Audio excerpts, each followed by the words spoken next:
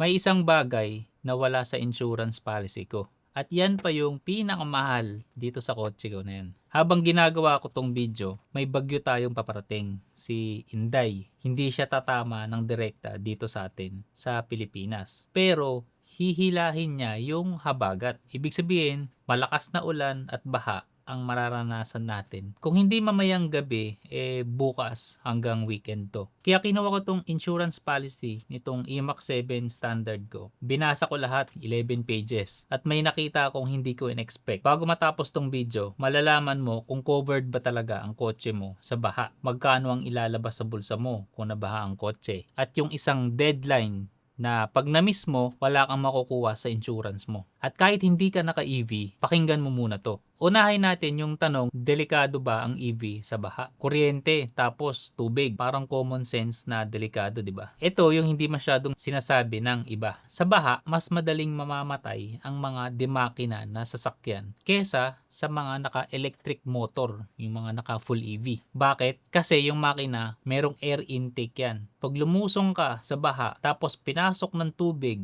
yung air intake mo, or pwede rin dumaan or makahigop doon sa exhaust pipe or sa tambutso, imbes na fuel ang i-compress ng makina mo, tubig ang i-compress niya. Matigas yun. Hindi niya kaya makompress yun at mag-hydrolock yan. Babaluktot ang piston rods, mawawasak yung ibang parts ng makina mo. Magkano yun aabutin pag nangyari yun? Siguro aabutin yun ng mga 150,000 pataas ang overhaul niyan. Minsan, palit makina pa.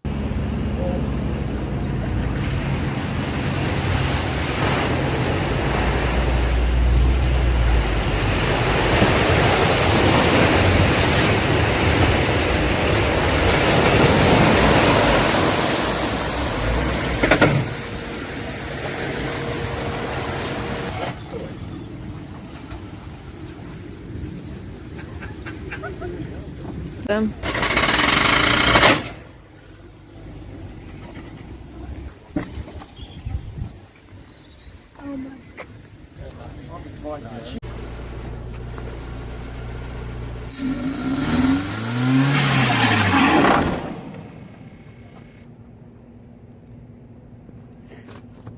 Yung electric vehicle, walang intake, walang tambutso, walang malulunod na makina. Yung electric motor ng mga electric vehicle, sealed unit yan. Hindi kailangan ng air intake, lalo na hindi kailangan ng tambutso. Tapos, yung battery. IP67 ang rating ng karamihan ng mga electric vehicle na battery packs niyan. Ano ibig sabihin nun sa totoong buhay? Selyado siya. Panlaban yan sa araw-araw na alikabok sa kalsada. Pero hindi ibig sabihin, pwede na siya maging submarine. IP67 lang to. Sa lab test, kaya niyang malublob sa 1 meter na tubig ng 30 minutes. Ulitin ko, hindi ibig sabihin parang submarine na ang mga EV natin. Yung IP67, test yan sa selyadong parte lang. Yung pinto mo, yung loob ng kotse, yung wiring, yung mga connectors, hindi kasama dyan. Papasok pa rin ang tubig baha sa kotse mo. At yung tubig baha, maputik yan. At isa pa, importante to, hindi porket EV,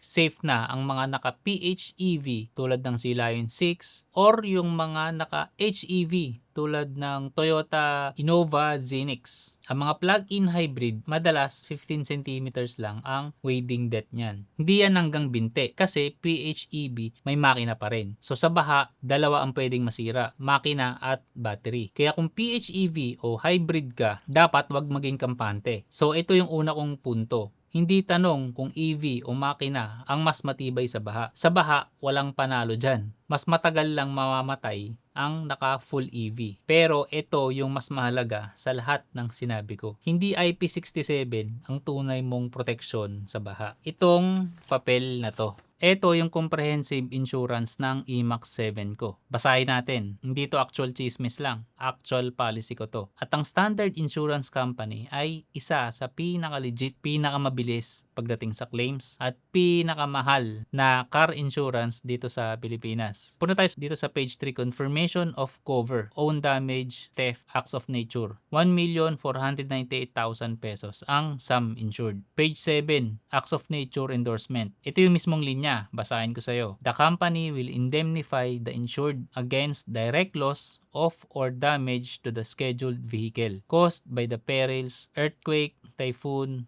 or flood. Nandyan yung salita ng typhoon or flood. Dito sa page 8 pa, may definition pa sila ng flood. Kasama pati submersion, lubog na lubog. Basta dahil sa bagyo o umapaw na ilog o kanal. Yan yung pwedeng maging senaryo natin ngayong darating na mga bagyo. Ngayon, magkano ang binayaran ko para dito? 4,943 pesos yung acts of nature premium ko. Isang taon yon. Yung deductible, 7,490 pesos. Ibig sabihin, kung nabaha o masira yung sasakyan, 7,490 pesos lang ang lalabas sa bulsa ko. Pero may mga napaka-importanting details sa insurance na to na baka makaligtaan mo. Una, ito yung 7 days. Pag nabaha ang kotse, may 7 days ka lang para mag-report sa insurance agent mo. Kapag lumagpas ka ng 7 days, pwede kang tanggihan yan. Yung iba hindi sinasabi sa ito, pero at least ito, alam mo na. Pangalawa, yung sira na lumabas after ng ilang linggo na hindi mo na-report agad. Consequential loss ang tawag dyan, hindi covered. Pangatlo, wag mong gawing lisensya to. Kung sinadya mong lumusong sa halatang malalim na baha, pwedeng sabihin ng insurance company na kapabayaan yun. Covered ka sa baha, pero hindi ka covered kung matigas ang ulo mo.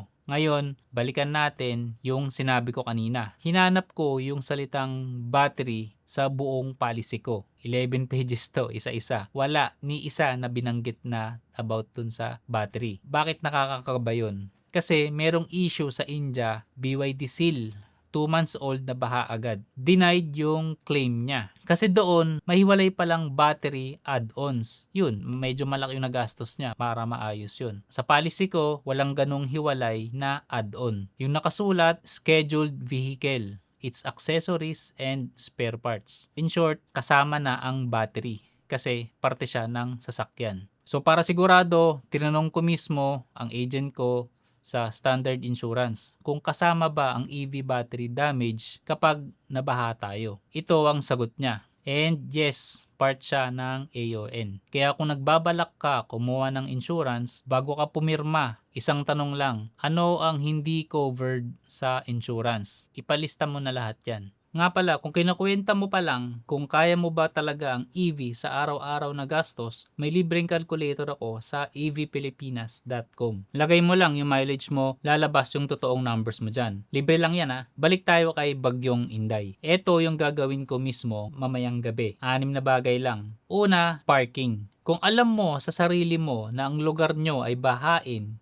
tuwing may bagyo, hanapan mo na agad yan yung pinakamataas na lugar na hindi babahain na pwede mong pagparkingan. Kahit magbayad ka ng overnight sa mall, mas mura yan kesa ma-hassle ka pa kapag nabaha ang kotse mo, di ba? And actually, 1 week before pa lang ng bagyo, palagi nang binabalita yan. Kung hindi ka mahilig manood ng balita, mababasa mo yan sa Facebook feeds mo. Kung wala ka ring Facebook, install ka ng Windy app or sa website nila, makikita mo kung merong bagyo na paparating dito sa atin. Pangalawa, kung alam mong aabutin talaga ng baha yung parking mo, at wala ka ng ibang choice, i-disconnect mo yung 12-volt battery. Yung maliit na battery hindi yung malaking nasa ilalim. Tanggalin mo lang yung negative terminal ng battery. Yan yung kasi nagpapadaloy sa lahat ng electronics. Pangatlo, mag-charge ka na bago dumating ang bagyo or malakas na ulan. Never kang magcha-charge habang bumabaha o pagkatapos mabasa ng kotse hanggat hindi yan na-check ng kasa. Pang-apat, picturean mo yung kotse mo ngayon, pati odometer. Mas okay kung may timestamp. Yan ang ebidensya mo pag nag-claim ka. Panglima, dapat kung sakaling nabaha talaga ang kotse mo, within 7 days dapat ma-report mo na agad yan. Pang-anim, kung nalubog o inaabot talaga ng baha yung kotse mo, wag mo siyang i-on or paanda rin. Lalo na kung hindi mo na-disconnect yung 12 volts battery. Or kahit i-unlock or lock mo yung kotse na yan. Pag natapos na yung bagyo, humupa na, kailangan mo na siyang ipatow at dalhin dun sa kasa mo. Ang mga kasa kasi, lalo na sa BYD, meron silang flooded na procedures or protocol na gagawin dyan.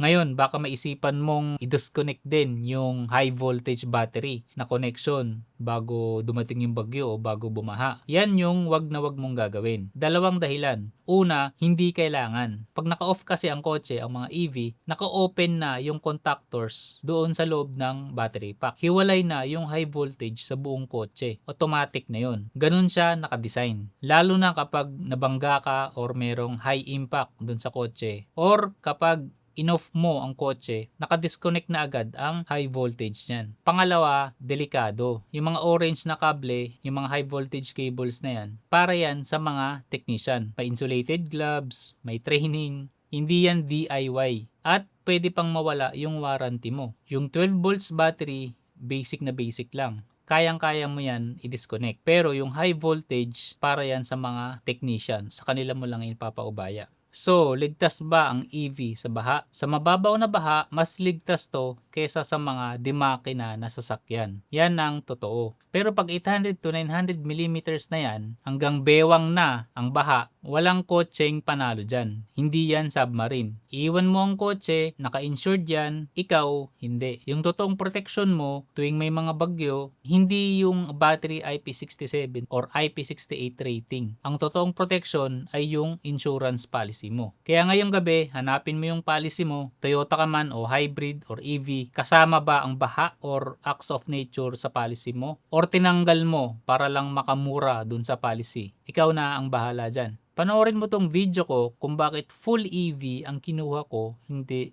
PHEV.